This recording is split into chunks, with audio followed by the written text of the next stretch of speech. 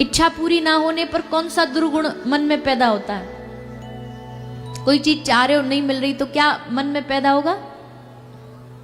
बोलो ना जोर से। क्रोध, गुस्सा, बड़ा गुस्सा चढ़ेगा, चिड़चिड़े से घूमते रहेंगे।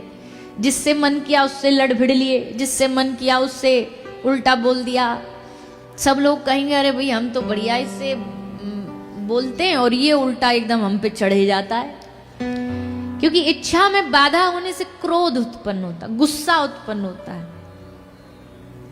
और गुस्सा फिर कहीं भी निकलता है। हमने आधे से ज्यादा लोग तो जिनसे कुछ जान पहचान नहीं होती, गाड़ी में वो दूसरी गाड़ी पास से निकल जाती है तो उसी से लड़ लेते हैं और शीशे बंद में लड़ लेते हैं।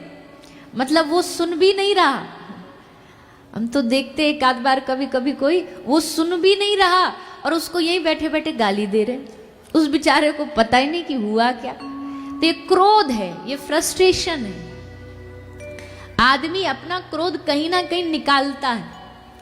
हम कहते हैं कि जैसे कोई व्यक्ति ऑफिस गया तो ऑफिस में लेट पहुंचा, बॉस ने डांट लगा दिया। बॉस से तो लड़ नहीं सकता, बॉस पे तो गुस्सा उतार नहीं सकता, कलीग्स पे भी नहीं उतार सकता, तो पूरे दिन का गुस्सा भरा रहेगा। वापस आएगा तो ट्रैफिक लाइट पे गुस्सा उतारेगा, रेड हो गई तो उसी पे हॉर्न बजाता रहेगा। फिर घर आएगा, दरवाजा खुलेगा, धर्म पत्नी जी आएंगी, वो बड़े खुश होके आती हैं कि चलो जी एजी ओजी आ गए ऑफिस से। तो बड़ी खुश होके दरवाजा खोलती है, उनको बिठाती है, विराजमान करती है, फिर पूछती है बताइए जी क्या खाएंगे, क्या पिएंगे, चाय पिएंगे, कॉफी पिएंगे। तो गुस्से में अब पूरा गुस्सा कहाँ उतरेगा? मैया वो बताइए ना, ये तो अनुभव का विषय होगा आपका। तो जब वो पूछती है चाय पिएंगे, कॉफी पिएंगे, बोले तेरा खून पीऊंगा। तो वो बेचारी अब वो भी गुस्सा में आ जाती है कि मैं तो इतने बड़े दिन भर से इंतजार कर रही थी इनका और सोची थी आएंगे तो प्यार से बोलेंगे, प्यार से बात करेंगे, तो बिना बात ही एकदम। तो अब वो गुस्सा हो जाती है। अब वो अपना गुस्सा कहाँ उतारेगी? आहा हा हा, कितना अनुभव है, रग रग में अनुभव भरा पड़ा है। बच्चों का विचारों का क्या कसूर? 8-10 थप्पड़ तो बेचारे ऐसे ही खा लेते बच्चे।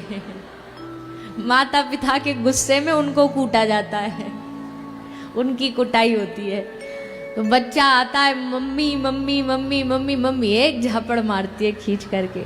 बच्चे के पूरे तार खुल जाते, दिमाग के चांद तारे दिख जाते। बच्चा सोचता अभी 2 मिनट पहले तो कह रही थी तू मेरा रसगुल्ला है, तू मेरा चांद का टुकड़ा है, कलेजे का टुकड़ा है, कलेजे का टुकड़े कूट दिया। तो अब वो बच्चे पे उतारती है। बच्चा भी गुस्सा होता है और वो कहाँ उतारता है? हाँ, वो अपना कोई उठा करके गाड़ी फेंक के मारेगा, बस्ता फेंक के मारेगा, बैग पेंसिल का डब्बा फेंक करके मारेगा। तो भैया ऐसे ही चलता है। क्रोधात भवति सम्मोहात, सम्मोहात स्मृति विभ्रम। गुस्से से क्या होता है? गुस्से से स्मृति विभ्रम, यानी कि हमारी जो स्मृति है ना, याददाश्त की शक्ति है, जो हमारी मेमोरी है, वो क्षीण होती चली जाती है। गुस्सा क्या करता है? हमारी स्मृति का नाश करता है, और स्मृति का नाश होने से बुद्धि का नाश होता है, और बुद्धि का नाश होने से बुद्धि नाशात प्रणश्यति। बुद्धि गई तो मतलब फिर डॉक्टरों के पास उसको घोषित कर दिया जाता है आप डिप्रेशन के मरीज हैं, अब गोली खाइए। ये बुद्धि का नाश हो गया। तो भैया ऐसे ही करते करते करते करते, पर अब इस सब की जड़ देखो, जड़ कहां से शुरू हुई? विषयों का ध्यान और विषयों का संग करने से। जब आप विषयों से दूर हो करके जब भगवत रसिक जनों का संग करने लग जाओगे तो भी आपके मन में इच्छा पैदा तो होगी, पर अब इच्छा संसारिक नहीं होगी। अब इच्छा क्या होगी? वृंदावन चले जाएं। अब इच्छा क्या होगी? ठाकुर जी को पालें। अब इच्छा क्या होगी? भगवान की प्राप्ति कैसे हो, कृष्ण दर्शन लालसा, ये इच्छा पैदा होगी। और ये इच्छा नाश नहीं करती, ये इच्छा जीवन को बनाती है। ऐसी इच्छा तो भगवान सबके हृदय में पैदा करे, ऐसी इच्छा तो जीवन का निर्माण करती है।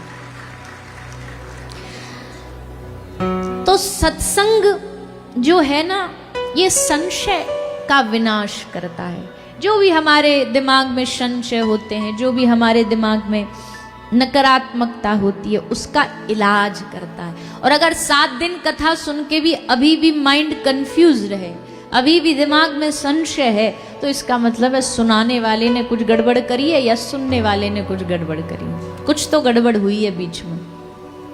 7 दिन कथा सुना दी, और एक बाबा थे, वो गांव में राम कथा करने गए। तो बाबा ने खूब 9 दिन तक राम कथा करी, और रोज बोलते थे राम जैसा देव नहीं और रावण जैसा दैत्य नहीं। रोज ये कथा सुनाते थे, राम जैसा देव नहीं, रावण जैसा दैत्य नहीं। पूरे 9 दिन कथा सुनाई, बाबा जी चले गए। उसके बाद पूरा गांव बड़ी अच्छी कथा, बड़ी अच्छी कथा। क्या बोले, क्या सुनाया? बोले रावण जैसा देव नहीं और राम जैसा दैत्य नहीं। ये सुनाया बाबा जी ने, बड़ी सुंदर बात सुनाई। तो बाबा जी का जो भी किया धराया सब उन्होंने मिट्टी में मिला दिया। खैर, आप सब ऐसे नहीं हैं, पोंटा वाले तो बड़े अच्छे भक्त हैं। अब भैया देखो, हम वैसे तो हर जगह श्रोताओं की बड़ाई करते ही हैं, क्योंकि करनी ही चाहिए, क्योंकि उन्होंने हमें 7 दिन झेला, ये भी बड़ी बात है। पर सचमुच वास्तविकता में आप सब लोगों का भाव, आप सब लोगों का जो उत्साह है, उसको देख करके 7 दिन हमको भी खूब आनंद आया, खूब आनंद की अनुभूति हुई। और वैसे तो हम कहते ही हैं कि जहाँ हम जाते हैं भागवत जी को लेके, भागवत उसे वृंदावन बना देती है। पर वास्तविकता में पोंटा में ऐसा ही लगा कि सब लोग 7 दिन वृंदावन में ही बैठे हैं।